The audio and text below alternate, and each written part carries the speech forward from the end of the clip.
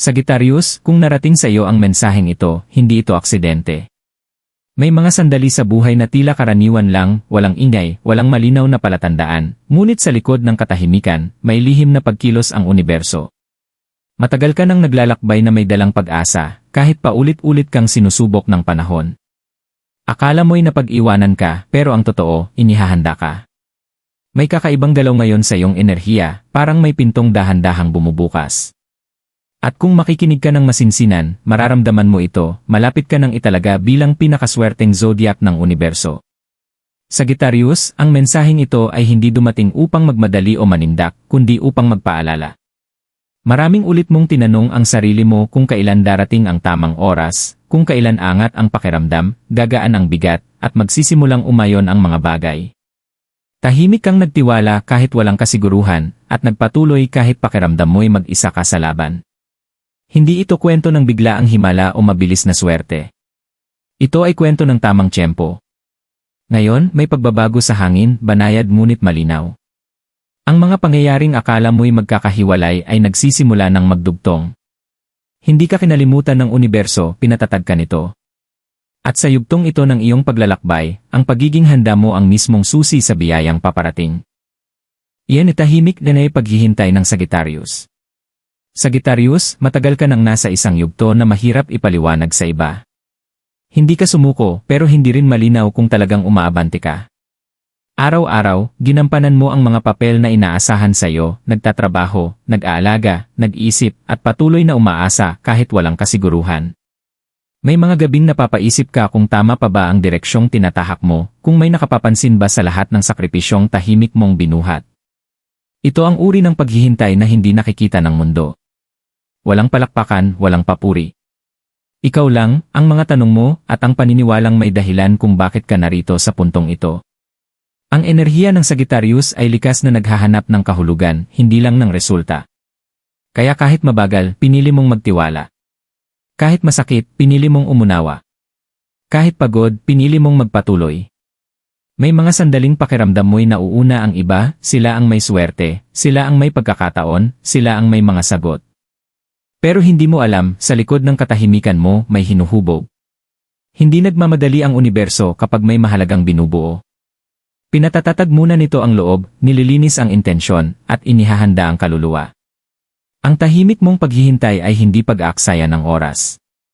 Ito ang yugto kung saan natutunan mong umasa ng walang garantiya, magmahal ng walang kapalit, at magtiwala kahit walang patunay. At iyan mismo ang dahilan kung bakit magiging espesyal ang susunod na kabanata para sa iyo, Sagittarius, dahil hindi ito basta swerte, kundi gantimpala ng iyong tibay. Iyan ay nagbabagong enerhiya. Sagittarius, may mga sandali na hindi mo agad napapansin ang pagbabago, hindi ito dumarating na may malakas na ingay o malinaw na anunsyo. Sa halip, dumarating ito bilang pakiramdam. Isang tahimik na kutob. Isang biglang paggaan ng dibdib kahit walang malinaw na dahilan. Parang may gumagalaw sa paligid mo na hindi mo nakikita, pero ramdam mo. Ito ang yugto kung saan nagsisimulang mag-iba ang daloy ng enerhiya.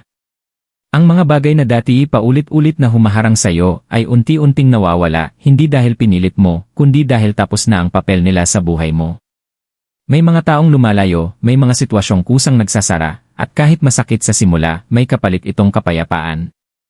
Ang Sagittarius ay sensitibo sa galaw ng mundo, kahit matapang sa labas, malalim makaramdam sa loob. Napapansin mo ang maliliit na senyales, mga salitang biglang tumatama, mga pagkakataong sakto ang timing, mga pangyayaring akala mo'y tsamba pero paulit-ulit nangyayari. Hindi ito aksidente. Ito ang universo na dahan-dahang inaayon ang landas para sa'yo. Habang nagbabago ang enerhiya, napapansin mo rin ang sarili mo.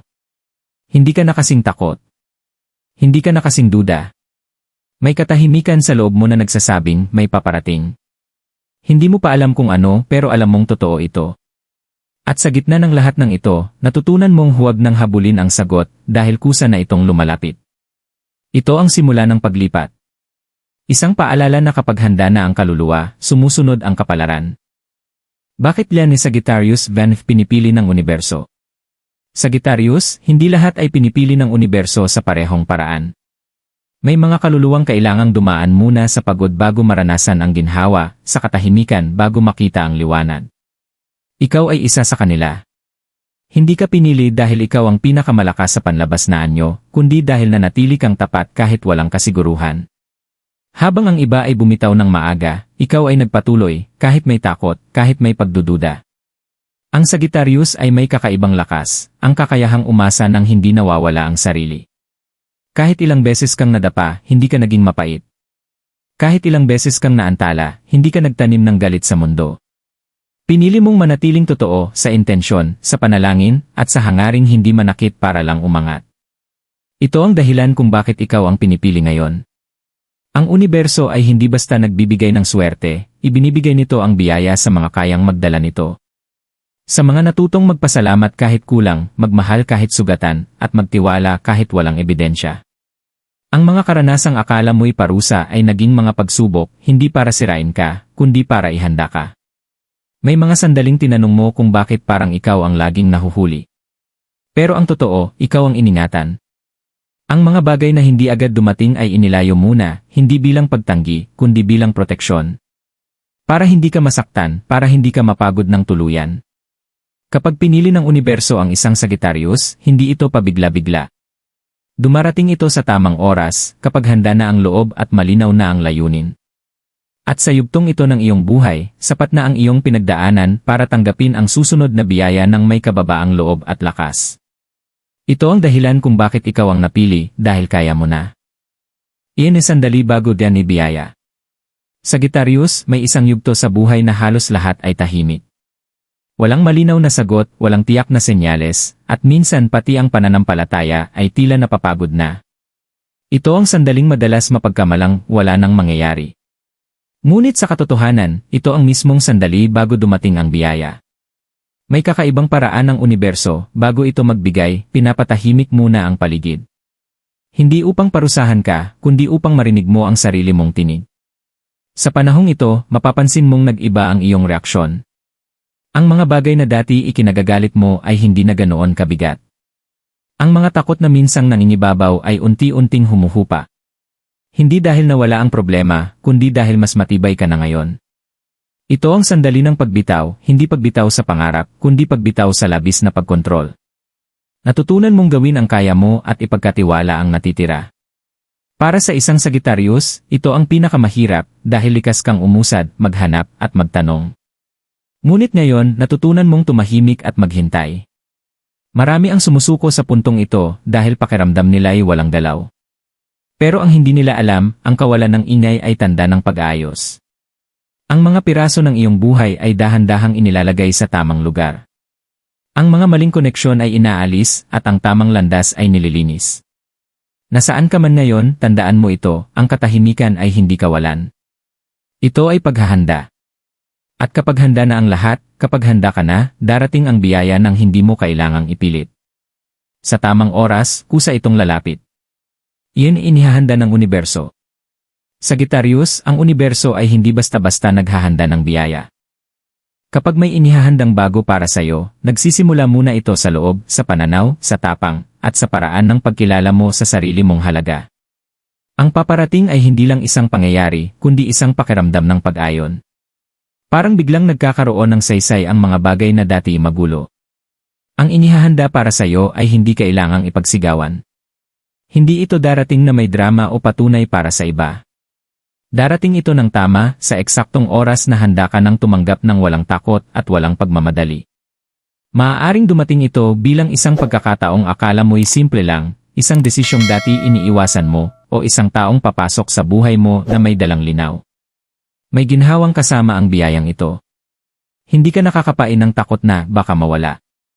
Sa halip, mararamdaman mo ang katahimikan na nagsasabing, ito na. Ang mga pintuang matagal na nakasara ay hindi basta bubukas, magbubukas sila dahil ikaw mismo ang nagbago. Ang dating pag-aalinlangan ay napalitan ng tiwala, at ang dating pagod ay napalitan ng pag-asa. Para sa isang Sagittarius, ang biyaya ay hindi lang materyal.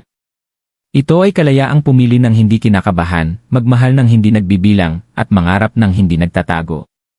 Ang universo ay naghahanda ng balance sa loob at sa labas.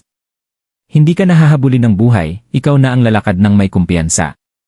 Kung may isang paalala ang universo sa iyo ngayon, ito iyon, huwag maliitin ang mga maliliit na senyales. Ang mga ito ang patunay na may gumagalaw para sa'yo. At habang patuloy kang nagtitiwala, ang inihahanda ay dahan-dahang magiging malinaw, hindi bilang pangako, kundi bilang realidad na kaya mo nang hawakan. Mensahe para kay kaluluwa. Sagittarius, kung may isang mensaheng nais ipaabot ng universo sa iyo ngayon, ito ay para mismo sa kaluluwa mo, hindi para sa isip, hindi para sa takot, kundi para sa bahaging matagal nang napagod ngunit hindi kailanman bumitaw. Hindi ka na tinatawag upang magpatunay, magpaliwanag, o maghintay ng pahintulot. Tinatawag ka upang maniwala muli sa sarili mong halaga. Maraming beses mong inisip na baka sobra kang umasa, baka mali ang direksyong pinili mo, o baka ikaw ang may kulang. Ngunit hindi iyon ang totoo. Ang totoo, masyado kang naging matatag sa mga panahong kailangan mo sanang alagaan ang sarili mo. Mas pinili mong umintindi kaysa magreklamo, magtiis kaysa magingay. At ngayon, naririnig iyon ng universo. Ang mensaheng ito ay paalala na hindi mo kailangang baguhin ang sarili mo para maging karapat-dapat. Hindi mo kailangang magmadali para lang makahabol. Ang kailangan mo lang ay manatili sa iyong katotohanan, sa iyong intensyon, at sa paniniwalang may tamang oras ang lahat. Ang kaluluwa mo ay hindi nawala, pinatatag lang ito. Kung may takot pang natitira, hayaan mo itong lumabas. Kung may pagod pang dala, hayaan mo itong magpahinga. Hindi ka hinahabol ng buhay, hinihintay ka nitong huminga ng malalim at magpatuloy ng may gaan. Ang susunod mong hakbang ay hindi kailangang malaki, kailangan lang itong totoo. Sagittarius, handa na ang kaluluwa mo. At kapag handa na ang loob, kusa nang sumusunod ang landas. Hindi ka nag-iisa. Hindi ka nahuli. Nasa tamang yugto ka at sapat ka na. Sagittarius, bago matapos ang mensaheng ito, mahalagang maalala mo ang isang bagay. Hindi lahat ng biyaya ay dumarating na may kasamang paputok o malakas na ingay. Minsan, dumarating ito bilang katiyakan sa dibdib, bilang kapayapaang matagal mong hinanap, bilang pakiramdam na handa na ako. At kung nararamdaman mo yun ngayon, hindi ito ilusyon, ito ay tugon. Hindi nagkamali ang universo sa oras. Ang mga pagkaantala ay hindi pagkakait, kundi paghahanda. Ang mga sandaling pakiramdam mo'y iniwan ka ay mga sandaling inilayo ka sa mga bagay na hindi para sa'yo.